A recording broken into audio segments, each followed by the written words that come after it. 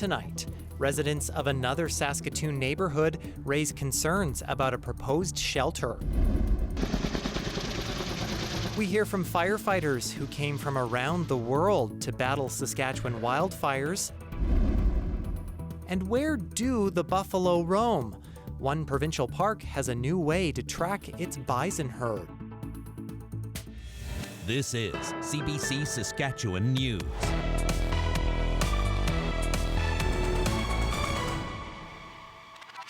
It is Wednesday, August 20th, and the CBC Saskatchewan News starts right now.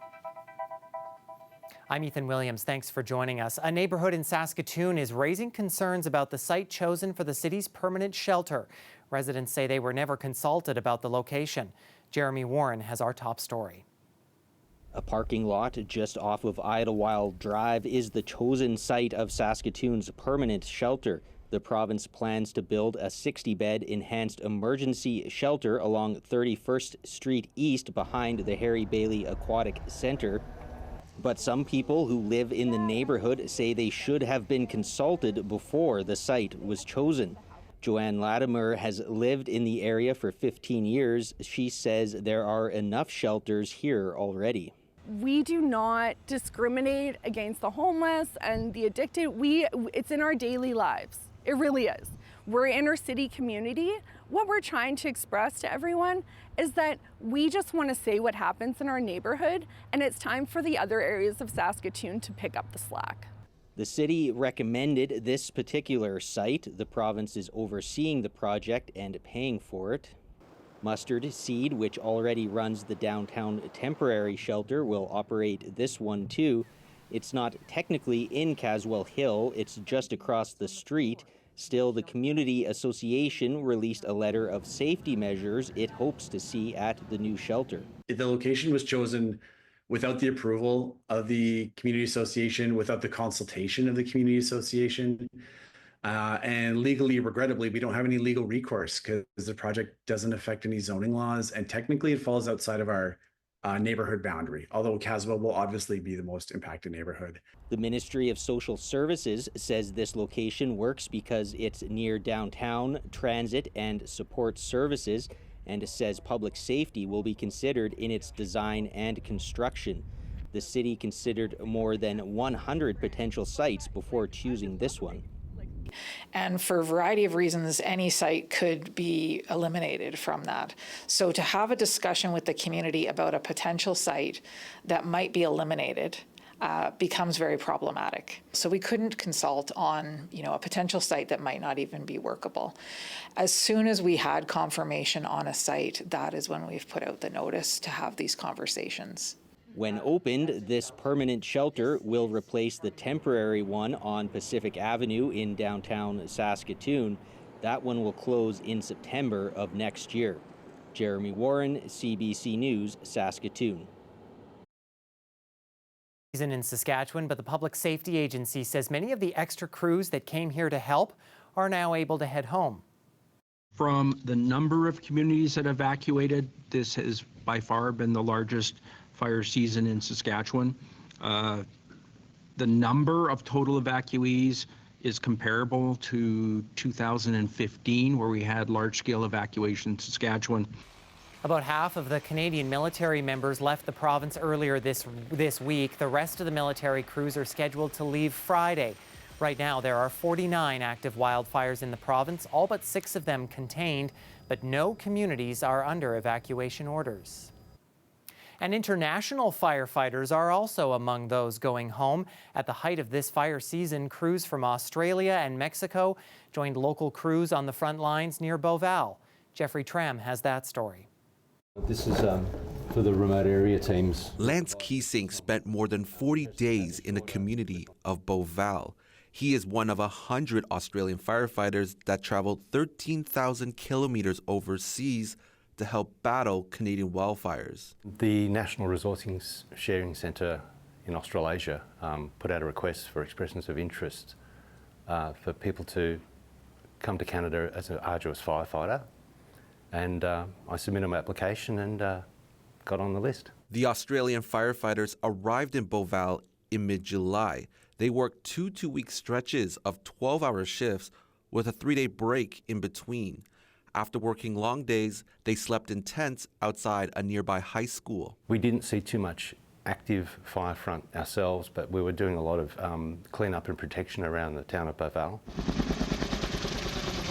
Mexico also sent help. 245 firefighters were deployed in Saskatchewan and Manitoba. We've been working with Australian crews in Saskatchewan and Ontario team and Quebec crews, so shared the same objective daily.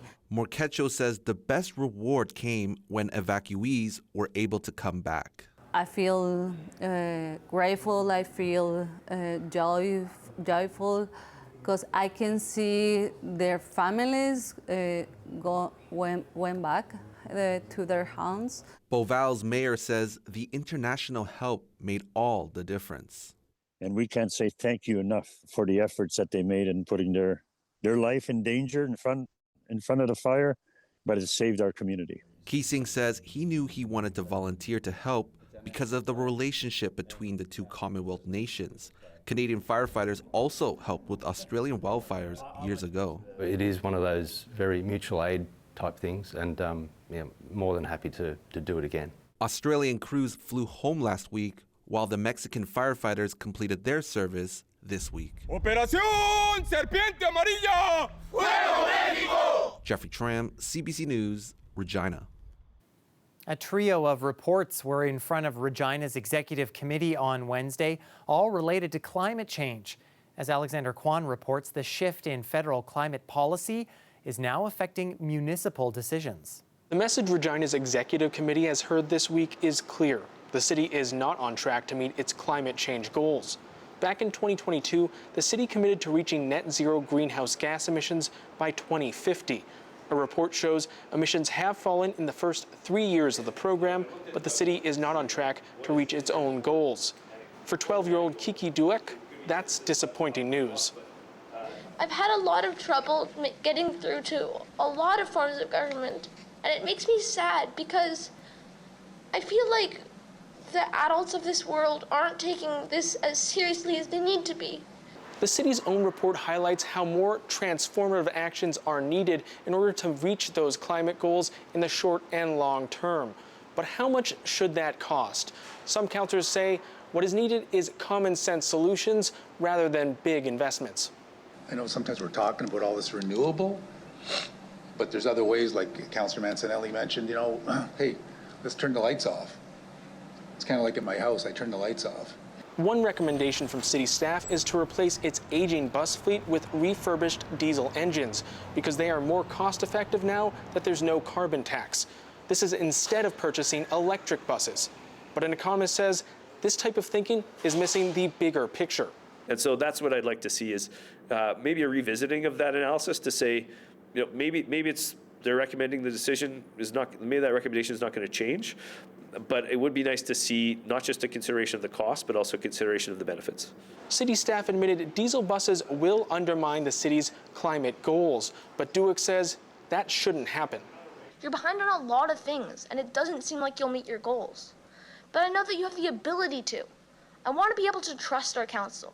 I want to be able to believe that the council will actually enact the plan. In the end, the city's executive committee decided to get more information before making a decision on the bus purchases. City Council could be making more climate-related policy decisions when it begins the budgeting process next month. Alexander Kwan, CBC News, Regina. The Saskatchewan Roughriders are looking for revenge as they take on the Calgary Stampeders on Saturday.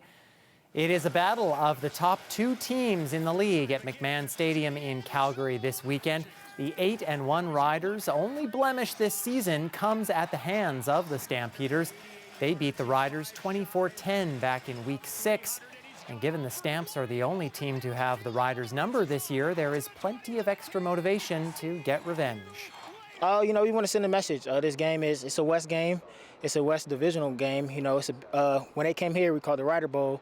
You know, so going over there, we got to get a win. That's the only loss we have on our schedule, you know. So we want to send a message that, you know, we're here to stay. One of those ones where you probably circle this one as the season's gone on. Maybe not before the season. A lot of people didn't think Calgary's going to be very good, but they've proven everybody wrong, and they're a top team and a Grey Cup contender, and so it's going to be a fun one. And the Riders have also added some competition at kicker with Brett Lowther struggling. The team signed Canadian Campbell Fair on Wednesday morning. Kickoff in Calgary is set for 5 o'clock on Saturday. Well, as one chapter begins, another one comes to an end. The old Imperial Elementary School on North Broad Street in Regina is being demolished. It was originally built back in the 50s, and it closed at the end of this past school year. Students from Imperial, as well as McDermott, St. Michael, and St. Peter schools will all be going to a newly built joint use school that you can see there in just a couple of weeks. Stay with us. We have more news and a look at the forecast after the break.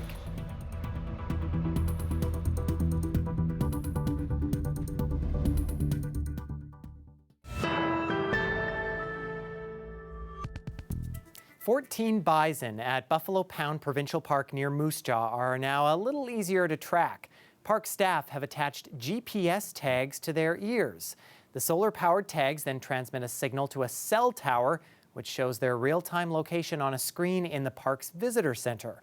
I recently had the chance to go out and see it working firsthand and find out why it's being done. For as long as we've had buffalo, which is going back to 1972, the age-old question has always been from our visitors is, where are the buffalo? We have a pasture that they range on. It's in the southeast corner of the park. It's just slightly over 200 acres of treed prairie, so they're not always easy to see. And often the disappointment is you drive all the way down there, get up into the lookout points and whatever else, and they can't see the buffalo. What they'll see is they'll see an overview of the whole area where the bison range is, and there will be an outline that will show the perimeter of the corral, and then there will be, as you zoom out, white dots with identifiers for each of the animals. So each of the tags is identified with their stock tag that we put on them. As far as for the public, they'll have a quick access to a visual that will give them at least some idea as to what the animals are doing. I participated in a research project a few years ago where we tagged bison and cattle herds in southwest Saskatchewan. And we wanted to see their response to certain management activities. And in that case, it was largely prescribed burning and how the animals responded to the grass that grew back, the forage that grew back following prescribed burning. So if we would do a small prescribed burn in the bison paddock, that grass that grows back is more palatable and more nutritious. And the bison seek that out to meet their dietary requirements. And we can, in near real time see where the bison are moving, but we can also go back in time to see where they've been. And that evidence, I can determine statistically where those animals spend more of their time relative to other areas, and we can compare that to the habitat types, to the disturbances we've created out there for them, and come up with a statistically robust answer to where the animals have been grazing to meet their dietary needs. They've always been an integral part of the park, but maybe not something we've heralded as well or promoted as well.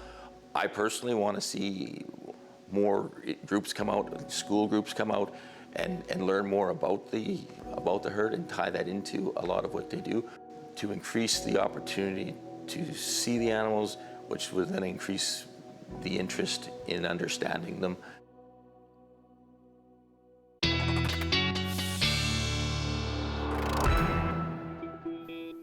Well, Regina, once again, we broke the 30-degree mark, and you factor in humidity, and it felt even warmer than 30 degrees. As you can see, we're still sitting at that 30 mark over the supper hour here. Let's take a look at where other locations got to throughout the province on Wednesday. Hotspot Moose Jaw at 34, shared with Estevan as well. And those were the hottest temperatures actually in the country once again.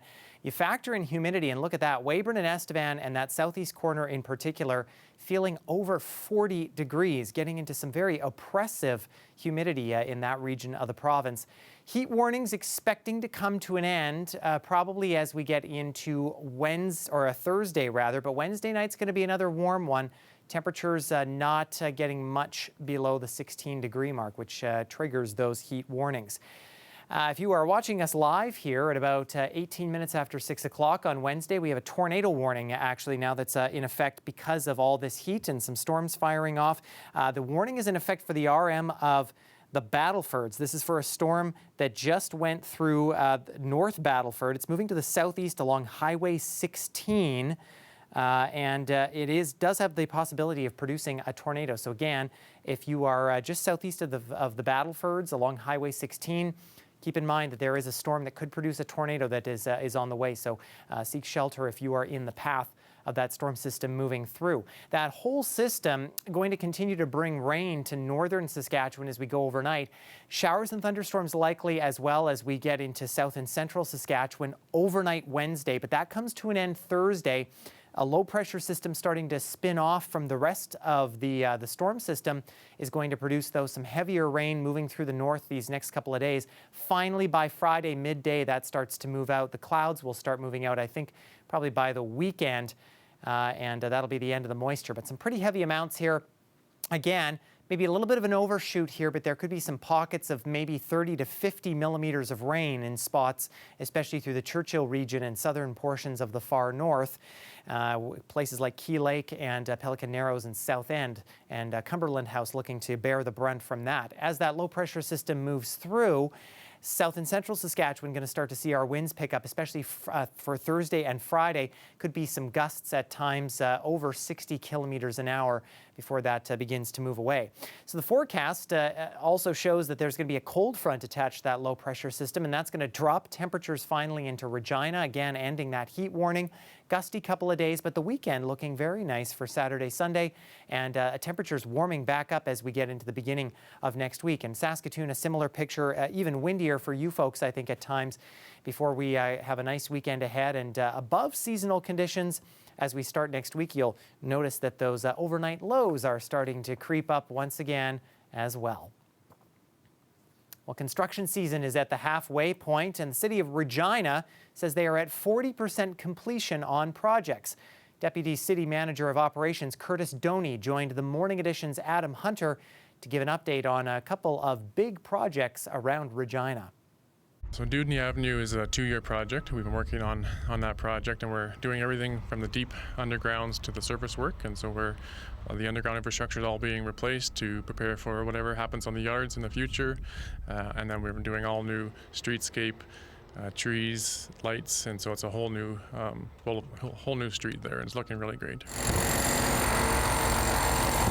So 11th Avenue is a key area for the city, obviously the core of our downtown. We have infrastructure in there from the early 1900s, and so water mains, we're ripping up old rail ties from the old rail line there, and so critical to do that now and do it proactively so it doesn't fail. We have to go in there on an emergency basis. So we're working with Sask Power and other utilities to do all the undergrounds, including external utilities, and really have a whole new streetscape there and be prepared for growth. So when the downtown needs to grow, we can service it. So we're really integrating all of our projects now and integrating from an underground and a surface work perspective, but integrating from a future growth perspective. So Dewdney is an example, 11th Avenue is a good example where we're upsizing the pipes, and so we don't know exactly what's going to go in every corner of every street in the next 20 or 25 years, but we know that we're going to grow. And so when we put that new pipe in the ground, we want it to be sized for that future growth. So it's an excellent example of doing it once right and not going back in the future. What's the most common question you get from folks about road construction in the city? Yeah, I think residents, they express frustration when something changes from one day to the other, and so we hear that concern, and we feel that concern too as commuters ourselves, and we really encourage residents to plan ahead. So we've got a new online construction map this year. If you go to regina.ca and just search construction map, you'll come up with our construction map, and it's an interactive map, just like Google Maps. And so put in your route, figure out where you're going to go for the day, and see if anything's changing for construction, and plan ahead. You're watching CBC Saskatchewan News. You are looking at the future of journalism in Saskatchewan. We welcomed students from the Podcasting and Journalism Summer Camp at the University of Regina's Conservatory of Performing Arts into our studio Wednesday. They got to try reading the news and also took a spin at giving us the weather forecast as well. Safe to say they are ready for a future in broadcasting. Stay with us. We're back after the break. Use your other hand to point there. Well, there you go.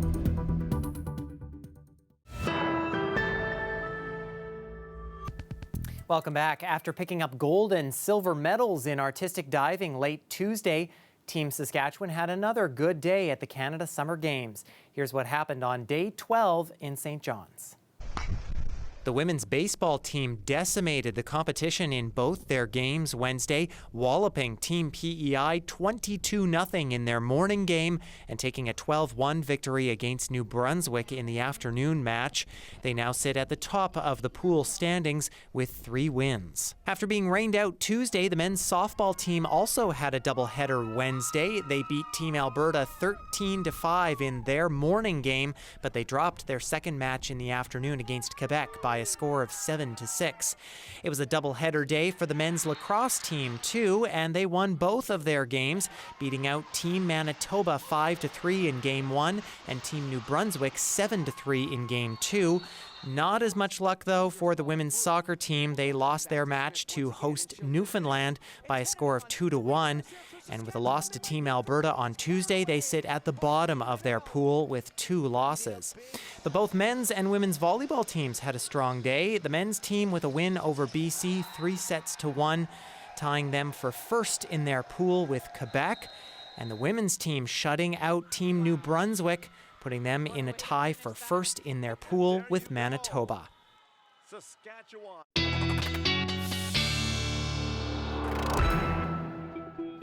Well, those showers and thunderstorms likely to continue through the evening in Saskatchewan, south and central Saskatchewan anyway. And a reminder, if you're with us here just before 6:30 on Wednesday, we do have a tornado warning for just southeast of the Battlefords as that storm moves roughly along Highway 16 to the southeast. Temperature is going to be warm in the mid to even upper teens, especially if you're in southern Saskatchewan overnight, so not a lot of relief from the heat. Up in northern Saskatchewan, the shower is going to be continuing and possibly intensifying as we head overnight, possibly a good 10 to 20 millimeters of rain there, and that continues through the day, especially for places like Cree Lake and the South End area, and La Loche and Buffalo Narrows could catch a little bit of that as we head later into the afternoon. For south and central Saskatchewan, a much more pleasant day, not as much heat and humidity. Skies will clear nicely into the afternoon, but keep in mind it's going to be quite a gusty one as that system churns its way through northern Saskatchewan. And that is our news for this Wednesday. For more news anytime, you can always go to our website or subscribe to the CBC Saskatchewan YouTube channel. You can also download the CBC News app on your smartphone or tablet. Thanks so much for watching.